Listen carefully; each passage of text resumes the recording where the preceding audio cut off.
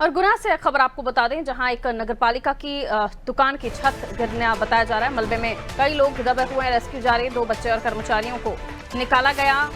इस दौरान गुना के जयस्तंभ चौराहे के पास का मामला है।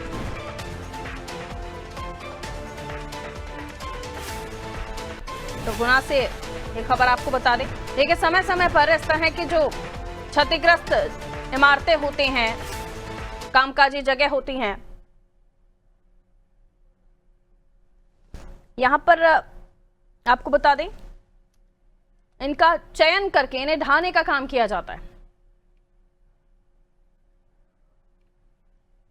लेकिन यहां शायद इस बात का ध्यान नहीं रखा गया होगा। और ये तस्वीर आपको दिखा रहे हैं जहां गुना में नगरपालिका की दुकान की छत गिर गई। गुना के जयस्तंभ चौराहे के पास स्थित नगरपालिका की दुकान की अचानक छत गिरी है। करीब इंडिया स्पोर्ट्स नामक ये दुकान थी, जिसकी छत गिरने से दुकानदार मलबे में दब गया। वहीं कर्मचारी भी सामान लेने आए हुए थे, जिनमें एक महिला, 2 बच्चे भी शामिल थे। सभी को सुरक्षित बाहर निकाला गया है। घटना की सूचना मिलते ही प्रशासनिक अधिकारी और नगरपालिका की टीमें मौके पर पहुंची।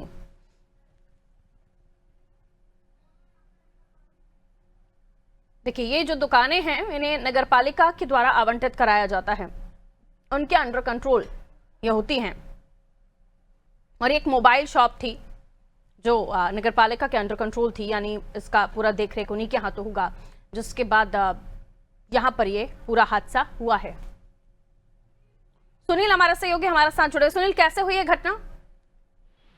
ये वर्षों पुराना नगरपालिका का कॉम्प्लेक्स है। गुना के जयस्तंभ चौराहा उसके पास ही ये कॉम्प्लेक्स है। जर्जर अवस्था में है और जनचर्चा में भी रहता है कि ये जर्जर है। कई बार नगरपालिका में शिकायत भी करी गई, लेकिन उसमें कोई ध्यान नहीं दिया गया। उसमें एक इंडिया स्पोर्ट्स करके दुकान है, जो स्पोर्ट्स की दुकान है जी। उसका जो मालिक है, और उसमें एक महिला और 2 बच्चे थे, वो उसमें दब गए और उसका स्लैब गिर गया। तो नगरपालिका की टीम और एनडीआरएफ की टीम राहत कार्य में लगी हुई है और उनको निकालने की कोशिश की जा रही है।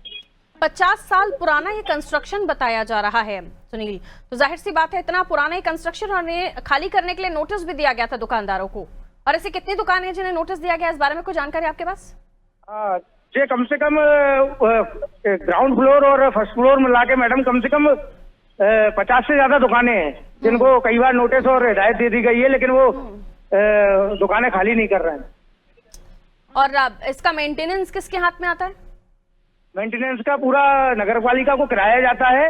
हाँ। और पूरा मेंटेनेंस वगैरह नगरपालिका के हाथ में है, गुना नगरपालिका के। तो क्यों आखिर नगरपालिका खाली नहीं? अभी इतना बड़ा हादसा हो गया है, अब तो सबक मिल गया है दुकानदारों को भी और नगरपालिका को भी कि ढिलाई नहीं होनी चाहिए।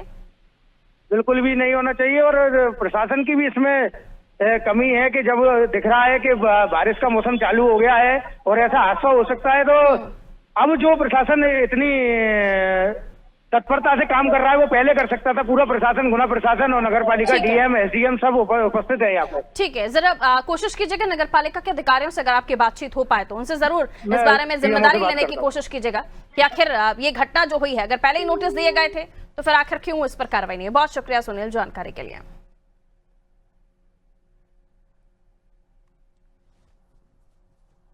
तो 2 बच्चे, कर्मचारियों को यहां से निकाला गया है। इसके अलावा एक महिला भी यहाँ पर जो कस्टमर थी, ये इंडिया स्पोर्ट्स के नाम से ये शॉप थी। और ये कुछ दुकानें ऐसी हैं जो नगरपालिका के अंडर कंट्रोल आती हैं, यानी पूरा देखरेख, मेंटेनेंस, इसका किराया नगरपालिका के पास जाता है।